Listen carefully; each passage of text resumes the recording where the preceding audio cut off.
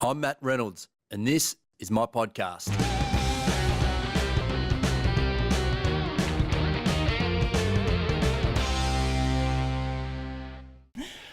Vanessa, thanks for being here. Thank you for having me. Now, this is Carbon Monoxide Week 2019. Yes. A very busy week for you and what you do, I'd imagine. Absolutely. What does the week involve so far? So we launched on the 29th of April, Yep. and that was at the Monash Children's Hospital. So that was in partnership with KidSafe Victoria, Monash Hospital, also Energy Safe Victoria, and a few of our other partners. Yep. Really, it was a huge media launch, which was very successful. And then off the back of that, we conducted some community education. From that point? Oh, absolutely. So after the media left, Yes. We also had the MFB attend and take kids through their fire truck and, again, engaging the community so we can educate. So from that point on, we started our education sessions with the community members. If I've got this right and we'll get into how you started the foundation and everything shortly, but there's sort of two parts to this, isn't there? There's the community awareness, Yes. which is obviously a huge part, but then there's also educating the professionals in the industry. Correct. Because this is a relatively, in the overall scheme of things, new focus, concern, Yes. issue that we need to deal with. Yes, absolutely. So the Chase and Tyler Foundation, we're the only charity in Australia that's doing what we're doing. Yes. So it is a very wide reaching charity, whereas we're talking about community education, we're talking about professional education, and that's clinical as well as within the industry. So we're constantly making sure that the industry is upskilled when we're talking about identifying our patients presenting to either a GP hospital or whether we're talking about conducting a service and identifying any issues in relation to a particular piece of equipment or appliance. Okay. So that is fundamental in creating awareness and education, because if these industries are not trained up, then we have a real problem at the community level. About the understanding and just the awareness of it. Oh, absolutely, because they wouldn't be able to provide or identify the issues that are concerning. So we would be going educating community members at a ground level, but we're still not addressing the fundamental. I mean, certainly regulation is first and foremost, but then industry knowledge is it's a requirement to be able to conduct our community education campaigns. Of course. So for those who don't understand, what exactly is carbon monoxide? So carbon monoxide is an invisible killer. It's essentially for any fossil fuel that is not burned correctly. So and also essentially if you're using any gas or fuel burning appliance in a confined space, yes, that it creates this byproduct of gas, and therefore it's essentially a deadly poison that could kill you sometimes in a matter of minutes. So a correctly operating gas appliance, in theory, should be completely safe? Yes, that's correct. When something goes wrong, you can get this situation. The first time I heard about carbon monoxide, I don't actually know if this is a true story or not, but at trade school, the teacher was explaining about a person in the gas industry who was inside a caravan cooking away, and felt weak, dizzy, faint all of a sudden. Because he was in the industry, actually understood what was happening, yes, but didn't even have the time or the strength to get to the door and get out. Oh, absolutely. So I'm not sure if that's a true story or not. That was just a raise awareness for us and understanding about how quickly this sort of thing can happen. But because it's there's no smell to carbon monoxide. That's right. The only way to stop it is to prevent it, right? That's correct. Now the foundation started. Why did the foundation start? I'll let you tell that story. So the foundation started because back in 2010, I was in a rental property with my two children, Chase and Tyler. So Chase was 8 and Tyler was 6. So it was in May and the weather was cooling. So just as per what I've always done 1,000 times before, that I just turned on the gas heater in our property. And so it was getting late at night and the boys went to bed. And because I was always wanting to make sure the house was warm, I had the heater on overnight. And unbeknownst to me, that the heater, in fact, that we were using in the property was deadly and spilling huge amounts of carbon monoxide into our home.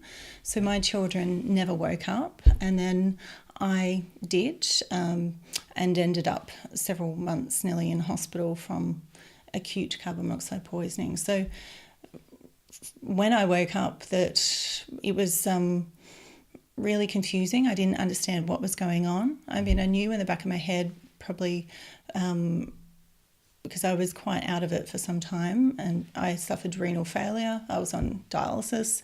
I had huge injuries sustained, but I remember vaguely hearing some conversations. So I think I knew that the boys were gone at that stage, but it took a couple of years really to comprehend the depth of what had actually happened. But I think there was one stage at the hospital where somebody was trying to explain it to me, and I'm thinking, a gas heater? I don't understand. I knew that there possibly could have been an explosion from a gas heater. That's what we naturally go to, right? Absolutely, and I heard about carbon monoxide from the movies. I've been a pretty big movie buff over the years, and all I heard about carbon monoxide was people who unfortunately utilised this type of situation for suicide. So I was aware in that regard, but anything else, I didn't get it, because I've been around gas heaters my entire life, and not once had I ever heard about this. And being a mum, and especially when you have little ones, that, we go through all the checks and we make sure everything's perfect and all the risks are taken care of. And, if I knew about a gas heater is potentially deadly, then most likely I probably wouldn't have had one in the property. I would be really making sure that there was no risk and involved potentially for my family. So I knew that I had to take action, and I knew that if I didn't, that we might have been obviously the headline at that time, but then it would have been swept under the carpet like it normally happens in these situations, and I wasn't going to let that happen at all. Yeah. So was it the first time you turned the heater on after like the summer break, or had you been using it prior to that? I've got really bad memory problems from the accident. Obviously, you can imagine post-traumatic stress. I could, yeah. But I was a regular heater user, so if anybody knew me, that I would, you like being warm. I do, yes, yes, absolutely, a little bit too much. Well, not these days though. Yeah. So I probably would have, if it was a little bit cold before that, I would have certainly just turned it on. So how did they work out that it was the heater? Because I'm assuming there's a time period between kind of like the, I guess, event, if you want to call it that, or tragedy, to working this out. So can you talk us through that? Well, period? again, I was in hospital at this point, and the only information I have is generally from the information I've read, but also my family's account. So if probably people that may be aware of the story from what happened, that they originally suspected that I killed my children. And that was just an unfortunate, uneducated guess at that time, that there was no actual proper police work conducted at that stage. It was just a visual and then an assumption. And that assumption was taken off because that as an account by a person who spoke directly to another person, it was because there was another murder-suicide of a person recently, of a parent of children. So it was just an automatic assumption. And from that unfortunate point that I was not given medical treatment, I was locked up in the police cells for about 5 hours, which created... I did read this before this interview, and I thought, that's unbelievable. It was horrific. It was just a horrific moment in time that was unfortunately even catastrophic due to the stupid actions of some people in particular roles and responsibilities that you would feel that they would act in a professional manner. So this is right after it happened. So were you... were you hazy? Were you dizzy? You said you've had memory loss through that period. So that must have been an incredibly confronting thing, because did you have comprehension of exactly what was going on? Or? No, not at that. No, certainly not. So I was completely out of it. They had to help me walk. They had to hold me up to take my photo. They apparently, in the police interviews, I was not obviously with it whatsoever. So every single point that was conducted in those hours thereafter. Yes. I mean, a normal professional would obviously be seeking out medical care, and then you'd be making sure that you'd be following a due process. And unfortunately, within a small town, they then therefore told my colleagues, who I worked at the public hospital there. So all my colleagues, they were advised that I had murdered my children. It was just a complete, utter, really no words to explain the type of depth that some professionals, and I'm hoping again that they've learnt from this type of assumptions and even the way that they conducted themselves, and even the way that they conducted themselves with my family, who obviously had suffered the loss of two of their family members, and then also their daughter or their sister, etc. So the ripple effect of these incidences is often not thought of, but it's huge. I mean, I'm assuming you at the time, or you still do have a mum and dad and family and everything like you just explained. So it does affect all of those people around you. And long-term impacts. It's not oh well, just get over it. And I mean, there never was a sorry. There wasn't never an apology for anybody that behaved inappropriately. But again, in the end of the day, I'm doing community education and making sure that there's a difference in the community and protecting people, which is, what everybody should have done initially.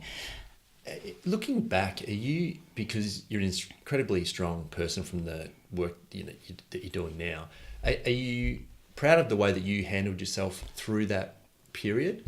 Well, I was really sick, so I couldn't handle myself any other way. I mean, when I was discharged from hospital and essentially discharged to bury my children because I had to push off the funeral. Oh, goodness, I didn't even think of that. Because I was too unwell. I couldn't even walk at that stage. So my parents had to shower me, and, I was very, very unwell. So I'm probably proud of my family, how they responded in such a horrific type of, horrific time frame, where they were essentially classified as the perpetrators and not the victims. So they handled themselves very well and very respectful of the situation, and I'm very proud of their behaviour, because I don't know if I was really well at that time, I would be furious with how they treated. Did you get angry at any point? Oh, gosh, yes. I mean, I still am angry in relation to that element, because it will be, when we're talking about the story, it's always going to be part of the story.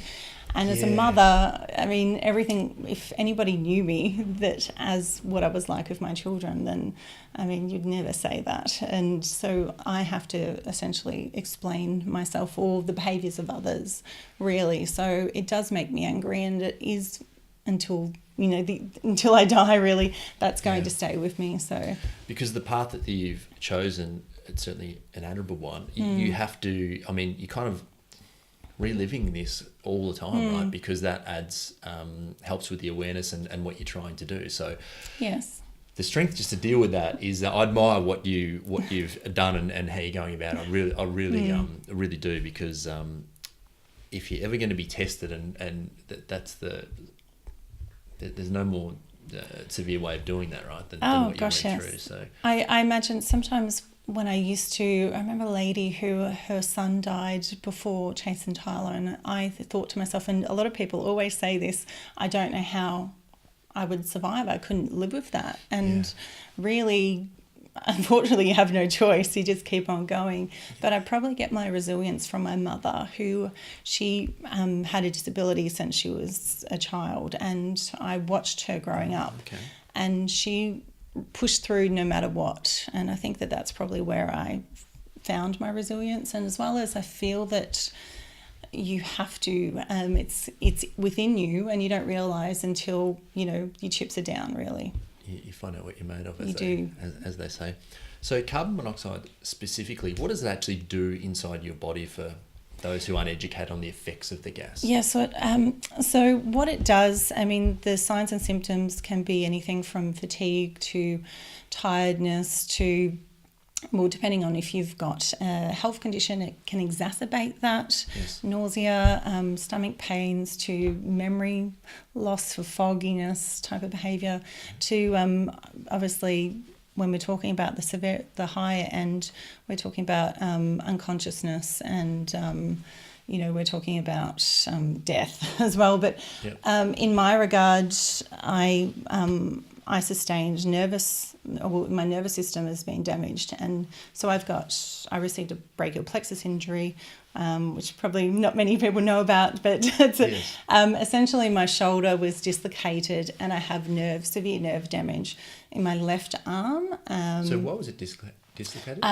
So when I'm not really sure about how that happened, but because my arm was trapped, we believe, underneath me, because I was knocked unconscious for such a very long time with the poisoning that has killed off all the muscle, and then hence is why the renal failure happened.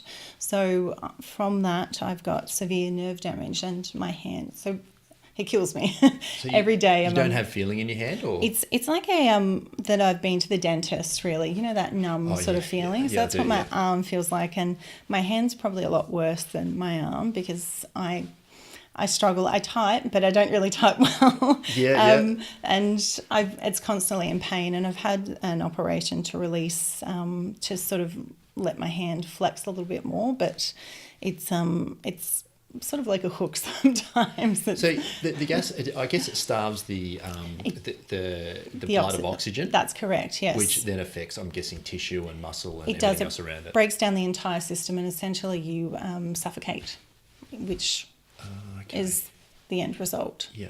Mm-hmm. So when did you have the idea for the foundation? Was it after what you went through? When did you realise that you wanted to do this? So, when I was in hospital, I knew that something had to happen. So, I was discharged from hospital. Obviously, went through the motions, and then the first protocol was Energy Safe Victoria, where I called them and said, "Look, something needs to happen. I want to create an education campaign to community members to, make sure that they're aware of this particular issue and hazard in their home." So then they said yes, more than happy, and then we started. That was 2011. Then we started making plans and developed an awareness campaign. But also, whilst I was doing that, then I started lobbying Parliament to bring in mandatory servicing in gas appliance servicing in rental and public houses, as well as carbon monoxide alarms. So I was doing that alongside each other.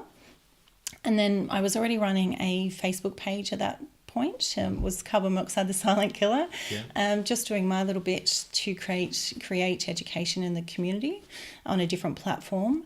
And then as that progressed with both the Parliament lobbying and the campaign, then I thought, well, I really need to officiate this. So I started doing my research and putting together the charity.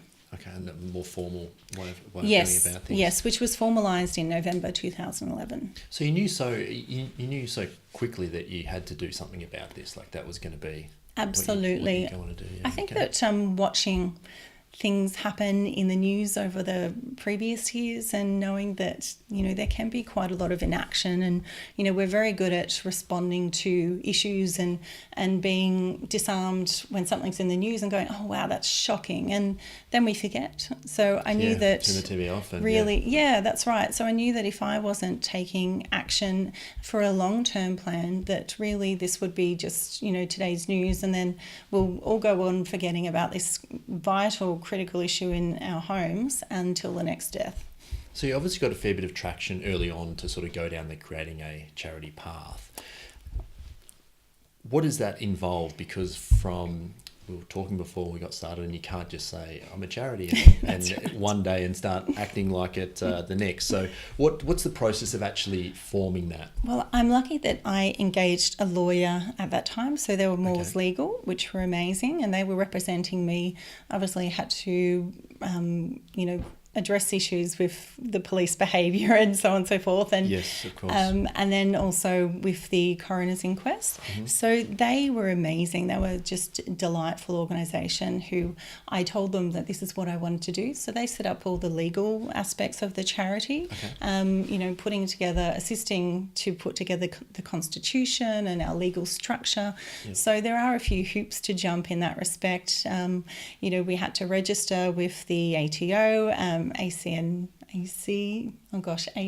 I think. I probably got that acronym wrong. There's too many acronyms these days. I agree with that. So we had to jump through a lot of hoops in that respect, but really I was doing this by myself. So they helped with the legalities, and then I was doing research really about what structure and what actually is involved in developing a charity. So from that, I put a lot of groundwork in policies, procedures to, how many board members that we required and what type of people and skill sets that we needed to sit on the board, and what essentially were going to be our strategy and strategic plan and operational plan. So slowly putting out an email to relevant parties. So it was really just hi, my name's Vanessa, and this is essentially, what I want to do, the Chase and Tyler Foundation, and then really people just responding from that and join the board. So does that mean you're putting it together? Was that sort of late nights typing out documentation and that sort of, so you did all that yourself right back Yes. So I've put together a lot of the documentation in the organisation. So we've got really good structure for the organisation, and lots of policies, procedures. We've got our strategic plan, operational plan. So everything was well planned out originally, just the ideas of what I wanted the foundation to look like. And then as we slowly recruited our board members on, then obviously it became a board decision, and really following on from my original vision, whereas we're talking about training within the industry, making sure that every specific field is educated, they're upgrading their skill sets, and then that follows in with consumer education and awareness. After that, of course, So from a money point of view, you're taking the donations and that, because you form partnerships with companies as well, which I guess you're open to talking to people about. So the money gets donated or comes in or whatever. So does it go specifically down both those paths? Is that? Well, we really, I suppose most people would be surprised about how much money we have. We've had millions of dollars of awareness and media exposure since inception, but we really have a very small amount of money in the bank. So actual cash, Oh, absolutely next to nothing. Yeah. And when I say next to nothing, I mean like really nothing in the bank. I've spoken to other organisations where they thought, I thought next to nothing might have been a couple of $100,000. No. No. Nothing means actually like zero. That's right.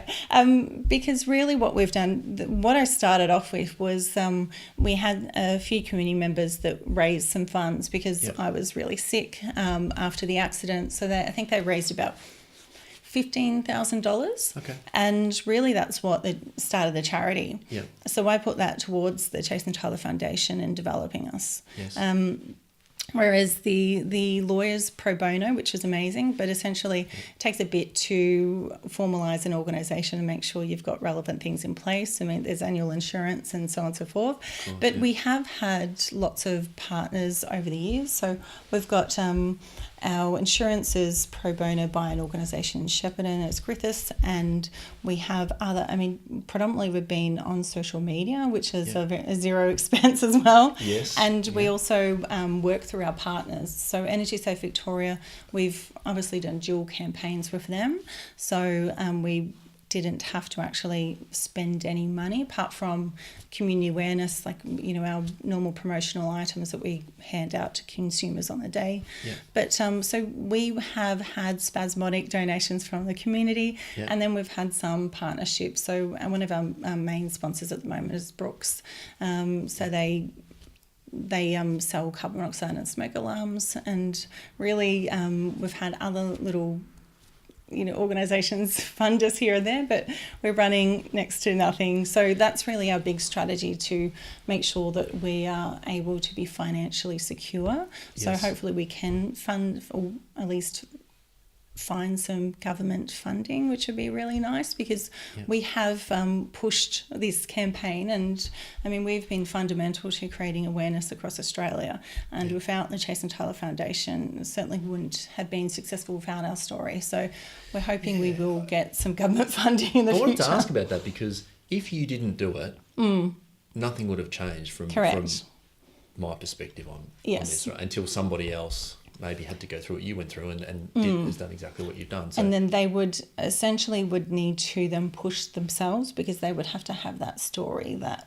emotive connection to the community. Without that, if you've just got a government organisation saying, service appliances, then people aren't really going to respond to that, because you need somebody that's gone through it, that knows the risk, knows the repercussions of if that's not done.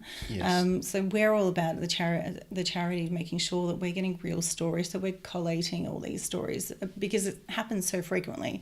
People may not die every day from carbon monoxide, but they're certainly getting poisoned by carbon monoxide on a very high frequent basis. So we're doing research, collection of data and statistics of this happening across Australia. And when you say frequent basis, that's probably surprising to a lot of people. So there's different degrees of carbon monoxide that you can handle. So what I'm imagining you're talking about is that there's heaters that are maybe, shall we call it, slightly faulty? Correct. There could be thousands out there, maybe even more. Oh yeah, absolutely. And people are getting slightly affected. It's like what do they call it? Like the frog in the hot stove. You put the frog in the cold water and you put it on the stove, and you can heat it up and it will never jump out. You put it in the hot water, it jumps straight out, right? Yes, so that's right. It's this gradual creeping over time. Correct. Yeah. So a lot of people, I mean, we always hear from community members saying that, well, I've never had my heater serviced, and I'm not dead yet. But the thing is, do you know that you're not actually breathing in low-level carbon monoxide fumes in your home? And we see that happening. So we'll have a lot of gas fitters go to homes, and then they'll do their testing and go, wow, I'm really surprised. I mean, I hear it all the time. I'm surprised you're actually still alive. You're so lucky. And again, it comes back to making sure that the industry is skilled enough to identify these issues, because they do. And then they essentially are saving our community members' lives, because they're addressing it, and then they're pulling out that appliance and then replacing it hopefully with they might not replace it straight away, but they would get it replaced with another safe fuel burning appliance at that stage. And one of the things that your foundation specifically has been really instrumental in is this education around, you can have a faulty gas heater and it can actually not act faulty. Yes, that's if that correct. makes sense. And then you have a change in circumstances in the house, with ventilation or exhaust fans or whatever else, that actually then changes the circumstances where that heater does become faulty. Yeah, absolutely.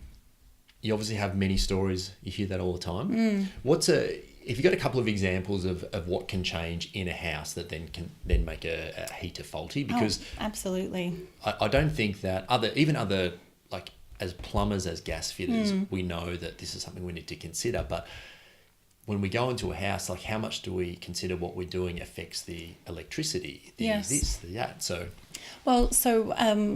at the moment, Master Plumbers in the foundation, we're actually bringing out these stickers. So the stickers are going to be used by Master Plumbers members, really, that they will go on the electrical box, and any trades that are going into that home will be writing on what essentially it is an open fluid appliance, and then any changes you need to contact said gas fitter.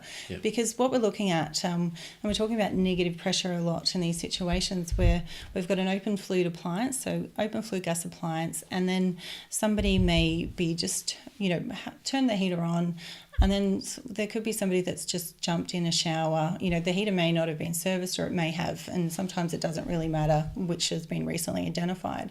that they're jumping in a shower, and also somebody might be cooking on the stove, and what they're doing is they're using the extraction fans. So that essentially is creating a negative pressure, whereas instead of the contents being going out the flue, it's being pulled back in and spilling those contents into the home, and then creating that deadly carbon monoxide risk. So you're pulling exhaust fumes right into your living room, your exactly kitchen, whatever it is. And so when we've got particular buildings and how they've been developed, and they're really not compatible, these appliances, with the type of buildings and these new appliances getting installed into the home. So somebody might go, oh, well, I need a new extraction fan, and not really think about how that impact is going to have on that open flue gas heater. I mean, nobody would. Even a lot of the trades wouldn't even think about that and the risk. Yeah, that's 100% the case. Yeah. So in it goes, and they might be fine in wintertime. Everybody's just using everything as per normal, and then these people could be put in, they could collapse and die essentially, because carbon monoxide spillage could be just spilling into their home unawares, and which we know that can certainly happen in a matter of, that situation can build up in a matter of minutes if it's a severe spillage in the home. So, and unfortunately those people will either get really sick or die. So that's where we're really trying to, open flue at the moment, they're looking at getting those banned. So making them illegal? Yes, so essentially just making sure that they're phasing them out, and we know that that's obviously there's a short-term and long-term goal. We know that a lot of homes will still have open flue gas appliances for a very long time, so we need to look at both angles and make sure that yes, let's phase them out and not utilise them anymore. But our long-term goal is how do we address the ones that are potentially in the rental homes, which we know is always an issue. A, to get service without legislation, and B, anything to be done, really, in general. Exactly right, yeah. And then, it's always, sometimes we always find with a lot of landlords issues that, it's a new appliance. New appliance could mean to them 10 years old. So there shouldn't be any issue. Or, we know that we've got new appliances in these properties, any properties really, that if they're not installed properly, can spill carbon monoxide. They're still found to have issues. So always comes back to the main messaging of servicing. But when we're talking about these conditions inside a home, it's really important that all trades are aware of these risks, and I think these stickers are a great start. But I think that we need to start looking at the standards within all industries, and making sure that we're all fully aware of what this could mean, and maybe stopping, and I know it's terrible, but stopping people installing their own. We know there's a lot of DIY out there, illegal. We do, yeah. And maybe trying to stop these people installing. Yes. And I know it's a very hard thing to try and implement. Yeah, it is, but it isn't. I mean, a very simple way to change the rental space in relation to what you guys did is just change the legislation, right? Absolutely. It's kind of like that is simple, but it's a lengthy process. That's correct. To go through. So yes. It's a challenge, right? So, but this cross trade thing is difficult to manage, isn't it? And it just comes through education. I'm not sure whether I might have heard you speak about actually, even a house that had their windows changed and went to double glazing. Have you spoken about this? Yeah, I have. It was one of my gas fitters. He's a board member actually. Oh, okay. Can you tell the story? Yeah, so he went to a home, and I think it was the year before, and conducted a normal service. Yes. So appliances working fine, there was no issues, no risk. Yep. So the next year he came, and there was huge CO spillage, and the guy was really angry, going, well, why? You only came last year, why is it spilling CO? And he was scratching his head thinking, well, and he's the most amazing gas fitter you would ever find, ex-gas and fuel. He's like the top of the bunch. So he's probably thinking, what have I missed? What have I done wrong? He's gone through that. He's so conscientious and so particular in what he does. And he was going back through everything and going, no, everything was perfect. There was no issues, and he would do everything to make sure that community member is safe. and then he's asking some questions like, well, has there been any changes? What's been going on? And so then there was the mention of the double glazed windows, and he just goes, aha, because they've essentially changed the airflow. That's right. Within the home, and then hence has created this risk. So, I mean, even when I initially heard that, I thought I wouldn't have I wouldn't naturally think to even check anything like that. Yeah. Do you know what I mean? And, No. and, I mean, we go to a lot of homes where you put in a hot water service, and then you come back, 12 months later, whether it's perfect, and then someone's enclosed it in a cupboard. Someone's filled the designated plant room full of flammable, paint and material and all that sort of thing. And not because they're trying to do the wrong thing, but they just don't know. That's right. Right. Exactly. Which is obviously. And that's where, you're right, it does come back to education. So educating the industry is fundamental. Again, Yes. I always repeat myself. So educating the industry is fundamental, but it's industries. So it's Across just, industry, we're just making sure that everybody's aware. And really it should be, when we are installing any type of equipment or appliance in a home, that we should be probably a little bit more conscientious about, how it impacts. So somebody that's, installing windows, or let's say an extraction fan, just be a little bit more conscientious, and maybe let's have a process that there is one spot where you'll just be looking before. And again, it's just making sure that it's feasible for all types of dwellings, really. But I think the master plumb is a really good step in that regard, whereas I wanted stickers since the charity started, as well as our gas safety checks, really. So it's just like a check certificate where somebody's going to a home and they're providing all that information about the service, the issues, the date that the gas appliance was serviced. So masters are bringing out a variety of different stickers, as well as this gas safety check document. We've got a UK organisation which I really looked at a lot when I was developing the charity, and they had one. I thought, what an amazing idea. And so I've been talking about this particular process for a while, and for master plumbers to bring this in, we jumped straight on board. We're like, yes, we love it. We want to certainly drive that with you. So gas appliances aren't Australian specific, right? So is there organisations similar to yours outside of this country? Oh, yes, absolutely. Raising awareness for carbon monoxide? Yes, certainly. Wow. So there's a lot of, so overseas you've got a lot of different organisations. You've got government organisations, creating education and awareness. Yes. We've also got organisations like myself, like charities and foundations, trusts, and they are generally due to somebody dying from carbon monoxide. So I'm actually talking to a couple at the moment where we're going to do an International Awareness Day together. Which is pretty exciting. But so I mean, it's carbon monoxide poisonings. Actually, I think that I'm terrible with remembering carbon monoxide poisoning. People have to remember. But I'm pretty sure that from my reading that carbon monoxide is the number one poisoning across the world.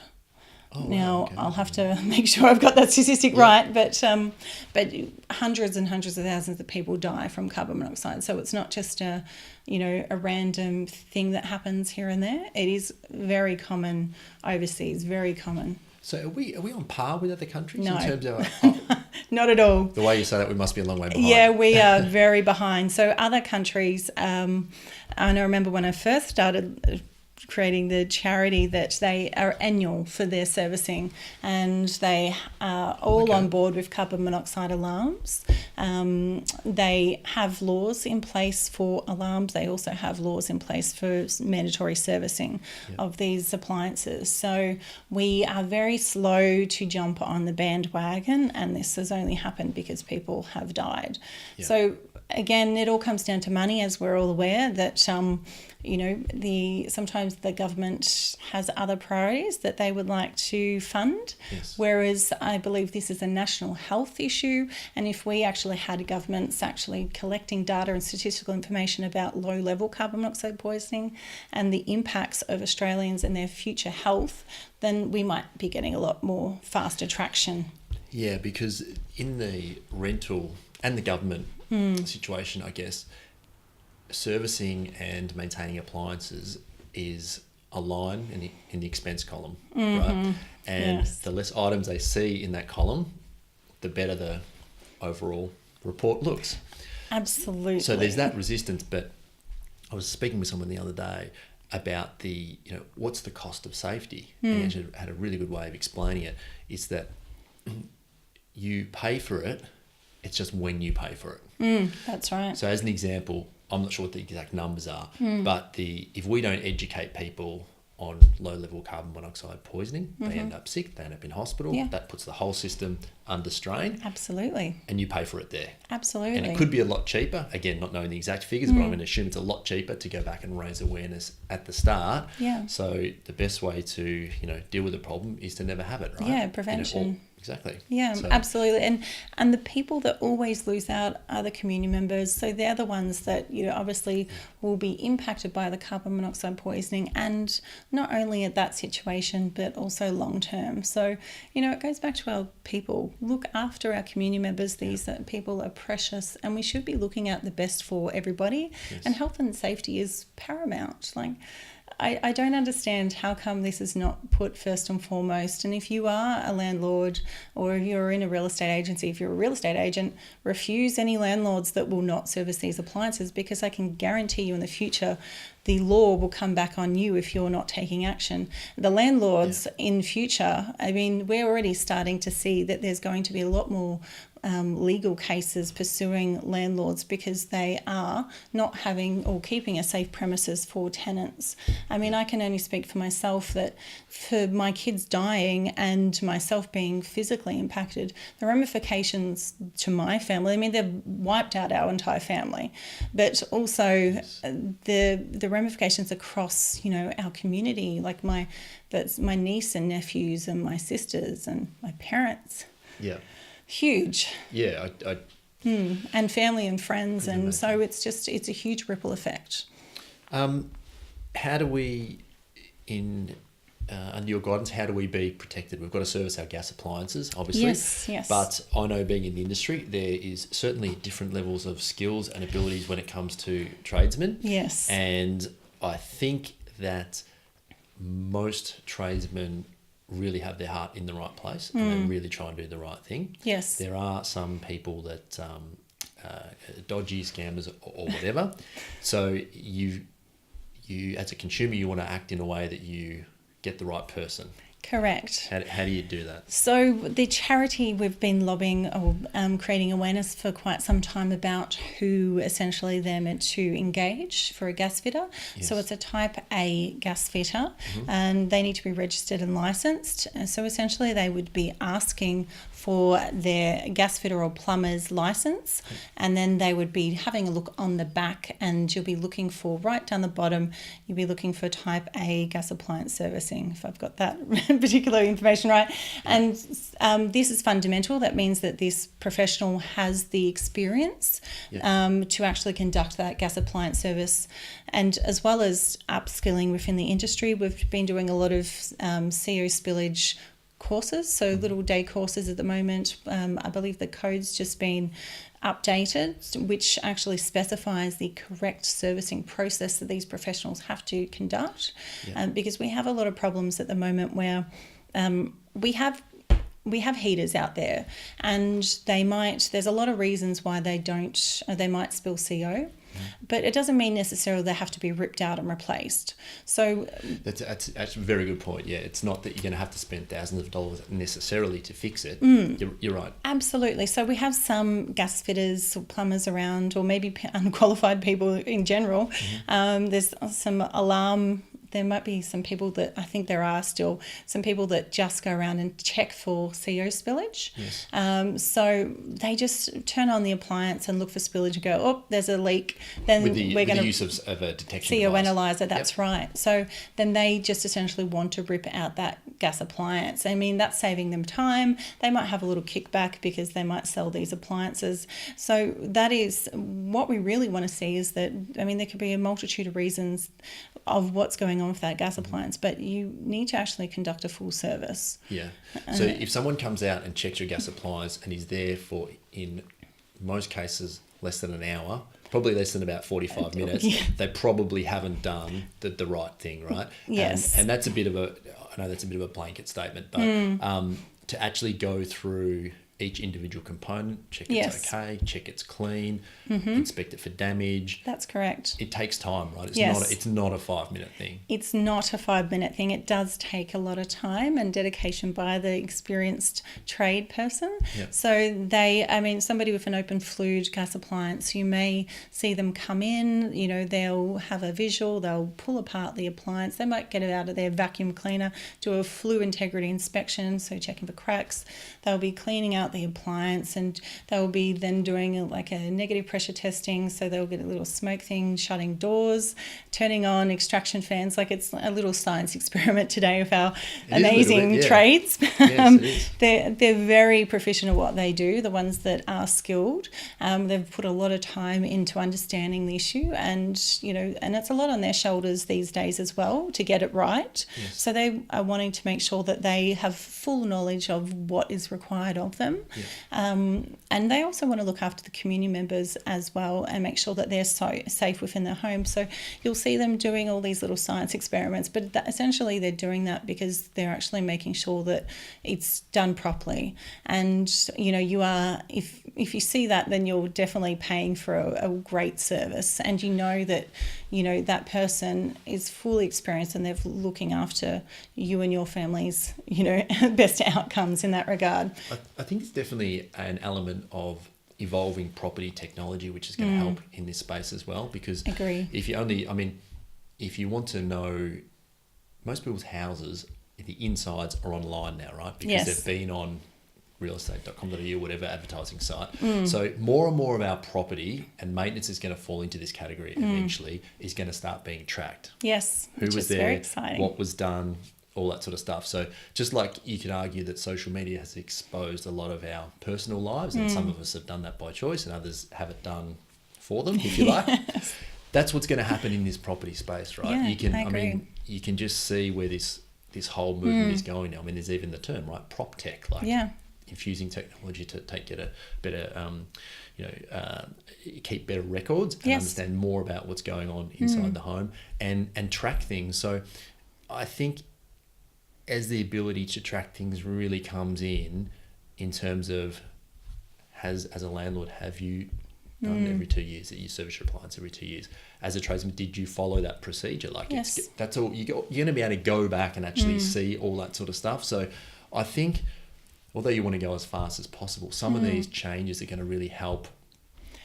Oh, absolutely. And your cause, so. Yeah, it's very exciting because I think that we need evidence, and people within these homes need to know what was conducted. And if you're in a rental property, it's like pulling teeth. Or I know that when the coroner's inquest happened, it happened with the Department of the death in the Greensboro home with Sophia or Sonia. Sorry, I always seem to. That's right, we can look that up. You can cut that. In relation to the death in the Department of Housing, that really what happened was the same outcome as what happened at Chase and Tyler's coroner's inquest. The same information, the negative pressure, the gas appliance servicing, etc., etc. And from that, one of the recommendations was essentially that the tenants need to ask if that servicing can be added into essentially their agreement, which I don't know. I was guessing that the coroner had never been a person that rented in her life, because renters are actually terrified in asking for a service a lot of the time because they're scared that their rent's actually going to go up or they're going to get kicked out. So like asking your boss for a raise in some exactly. some respects. And it's terrifying, it's frightening, and they don't have the experience. So if somebody said, oh, well, it's relatively new, and the tenant's going to go, oh, okay. Whereas, we have vulnerable people in a lot of rental homes, and they don't have the knowledge behind them. So it will be great advancing this technology so it's there for them in front of their face, and they're not having to lobby just for general health and safety. And I think a good time to ask about that servicing is when you're changing properties or first moving in, where you maybe have a little bit of leverage in that Yes, equation. it is, but it's still Not quite, in every case, but yeah. that might be an easier time to ask, just as an idea. Yes, some tenants are really good. They're quite proactive, and they some have no and fear. so many landlords, right? Like they're not all bad. Like some are actually really proactive with this stuff. Absolutely, there's some amazing landlords out there, and they're so proactive, and they get them serviced annually, and they never have to be told. It's just part of the servicing schedule that they have. Yes. And so we have amazing real estate agents that are so proactive, and they're always looking out for the best interests of their tenant in that regard. But it's unfortunately the ones that where you can't, your house may be falling down around you, and there's no upkeep whatsoever. It's those ones that which unfortunately takes the shine off the entire industry in that respect. Yeah, no, exactly. It's and that's where the lack of legislation really needs to apply, because there's some amazing people that are proactive out there, but not everybody is like that, and that's where there needs to be a legal requirement for that to occur. Yeah, that's just a human protection thing, right? So yes, that's why it's so important. It is. So you're campaigning to have this all changed. Yes. You're in the process of doing that right now. Am I understand that correctly? So we have lobbied Parliament before for legislative changes, okay. And that was in 2013 off the top of my head. Yeah. And so that legislation, we received bipartisan support, which was a rarity. Mm-hmm. And that headed the gas safety strategy, which then went across Australia, where each state regulator have to conduct an awareness campaign. Okay. And so from that, a lot of them have utilised our campaign in Victoria, which is amazing. Yeah. And Carbon Monoxide Week was initiated in 2013, and we see a lot of the governments across each state, and now they're aware of the Chase and Tyler Foundation and our week that we're now conducting, because it's a national campaign. Mm-hmm. In relation to the legislative requirements that we now are seeing across Australia, that they are slowly coming to fruition. So we have some boarding houses that have now mandatory gas appliance servicing, and we're hoping that it may be implemented next year with the new tenancy agreement and changes. So we're it's a bit of wait and see. We've got our fingers crossed, because it is a definite requirement to make sure that we're looking after all of our community members. So it'll be a little bit of a watch this space type of episode. And we will. We will.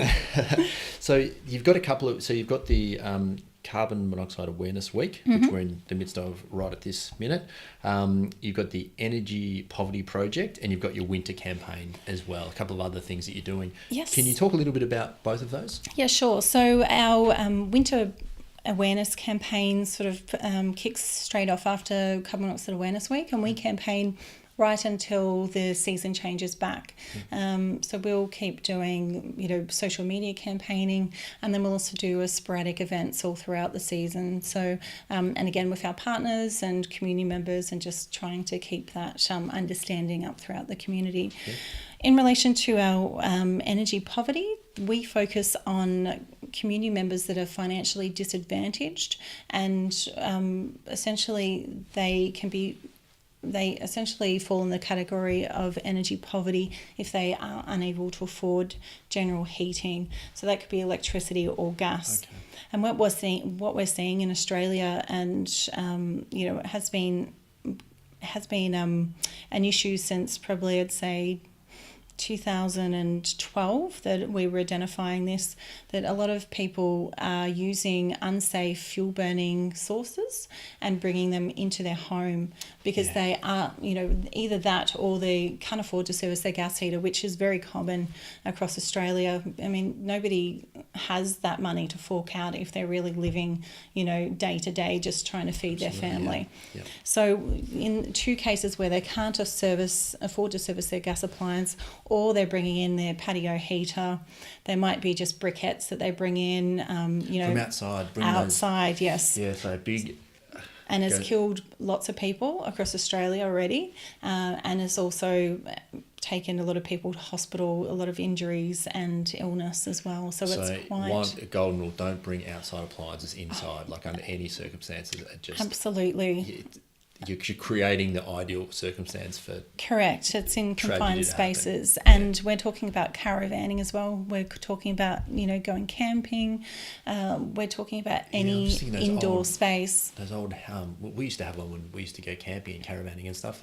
The gas lanterns. Like Oh, you can- yes. which is Absolutely. Anything that burns or smoulders is a risk. Yeah. So you need appropriate ventilation. You can't just bring these into enclosed spaces because essentially you're gassing yourself to death. And it has happened and it is increasing every year in Australia. So we are all about raising awareness of how energy poverty feeds into carbon monoxide poisoning. And so we have kicked off a project which we initiated last year with Launch Housing, and we've donated blankets and carbon monoxide alarms and educational resources to our at-risk community members. Okay. And we'll be doing so again this year. So if anybody wants to work with us on this, get in contact Get in with touch. us. so the I just forgot the question I was going to ask. You said that there is still more and more gas, carbon monoxide poisoning happening. So this is an ongoing problem. Yes. So I would have thought that I just wouldn't have expected that. I'm not sure why, but I just wouldn't have expected that to be the case. But there's many. So after yours, there's been many more cases. Oh, yes. Since then. Oh, absolutely. Because you hear us campaigning in Victoria.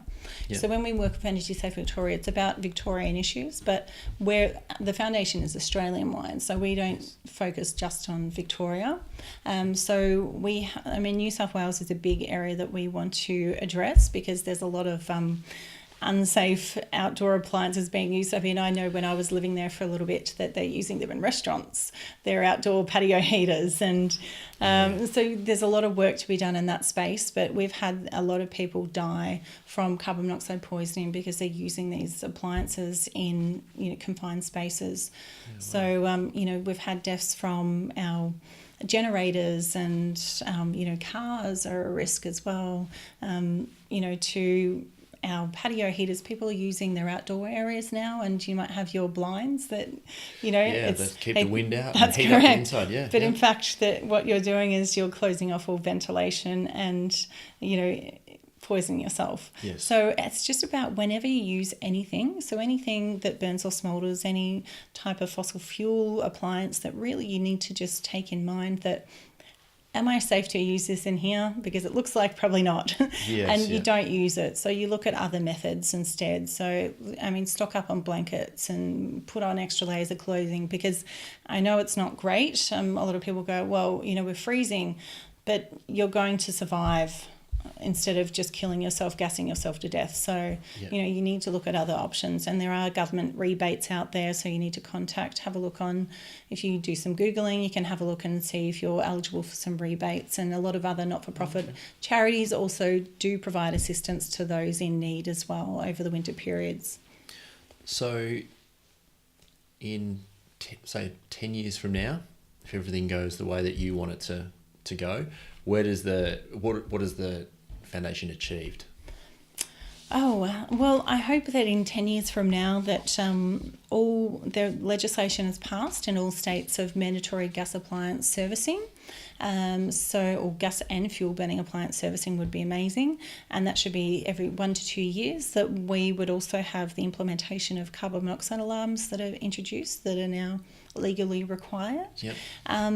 So that would be first and fundamental what we really want to do.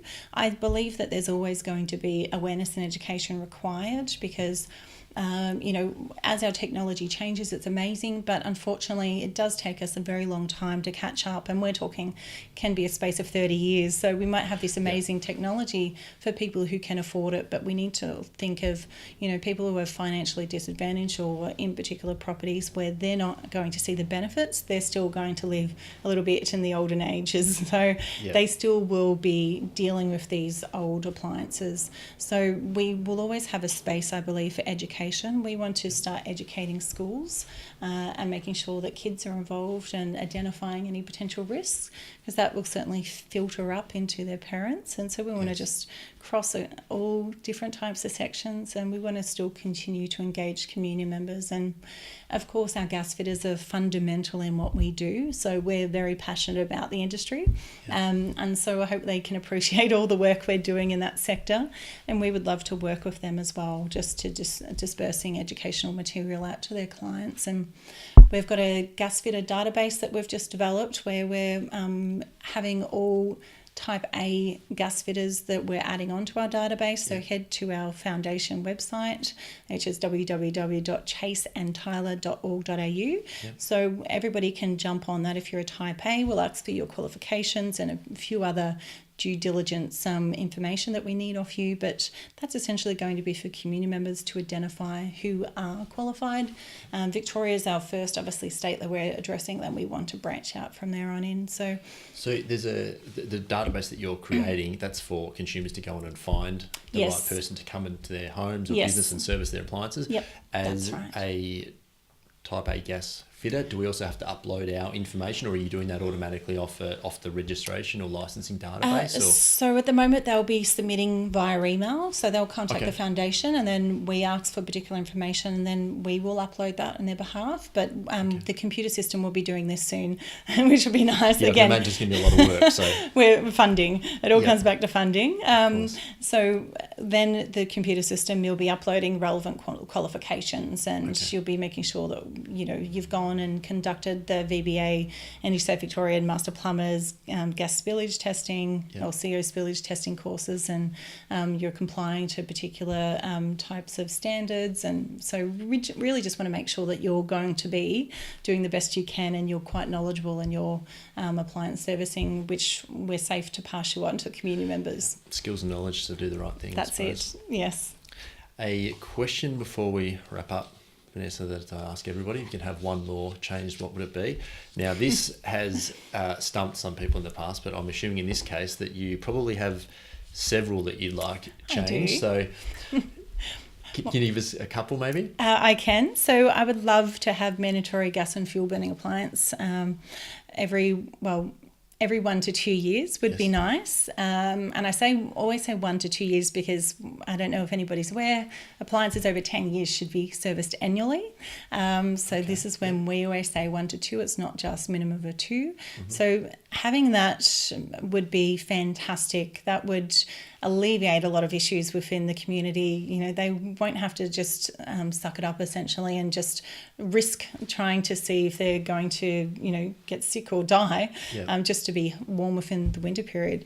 But mandatory carbon monoxide alarms would be amazing. Some more work around that space would be fantastic. We need data and stats conducted by the government. And look, I just really feel, because I'm really big on consumers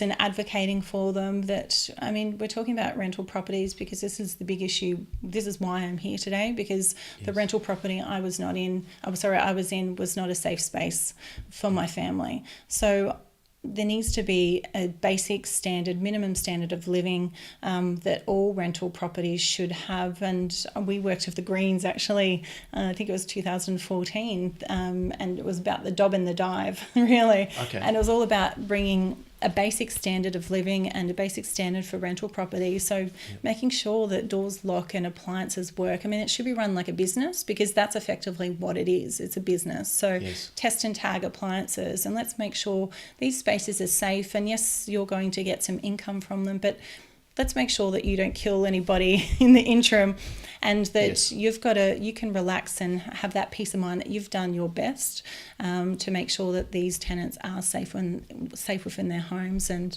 so we can all just, they don't have to worry about their health and safety as a tenant.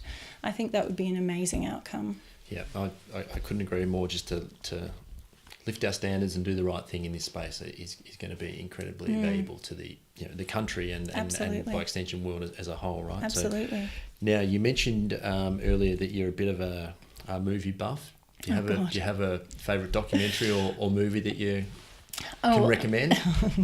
No, I watch everything. I'm a bit of a sci-fi girl. Oh, yeah. So look, anything really that's quite quirky, I'm in for it. You're in for it. I don't discriminate with movies. I like them all. I've said a couple of times before we start, I really do admire, obviously, what you're doing and how you've gone about it. Do you ever run out of energy because you're certainly on the go and out there and getting things done? Yes, I do. Well, I also have another nearly full-time job at a hospital here. So I work at Cabrini, and I run, obviously, the charity, and that's all other waking hours. So it's not easy. It can be very tiring. But I mean, I'm just really passionate about the charity, and I love working for a not-for-profit because it's quite diverse. So I essentially manage the organisation. I'm on the board, but also essentially like the managing director. Yeah. And but anywhere from marketing, comms to the events to partnerships. I love the diversity and the different unique types of roles that you can take on. Yes. But really, at the end of the day, it comes back to community. I love engaging community members. I love talking to our gas fitters on the ground and hearing stories back. And so that and that one simple conversation really can save a life. And whether you're a gas fitter or you're a friend that's heard this information and you're having a chat to your neighbour, that one simple conversation has, again, it's the ripple effect, can save somebody's life or a family or, a whole community. You never know, because, stories, the way that we've worked for centuries. I mean, they never used to have movies or the internet years ago, and they were, stories were told in song.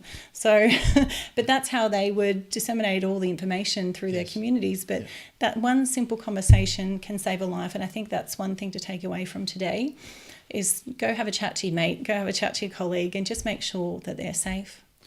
Well, we should finish on that one. Go and have the conversation, just one of them, and you and start that ripple effect. Now, the website you said before, but we'll mention again, chaseandtyler.org.au. Yes. You can go there and find a whole bunch of information, both as a tradesman and a consumer. Yes. There's also a lot of you've done a lot of media, and it's all up there. You can get a whole bunch more there.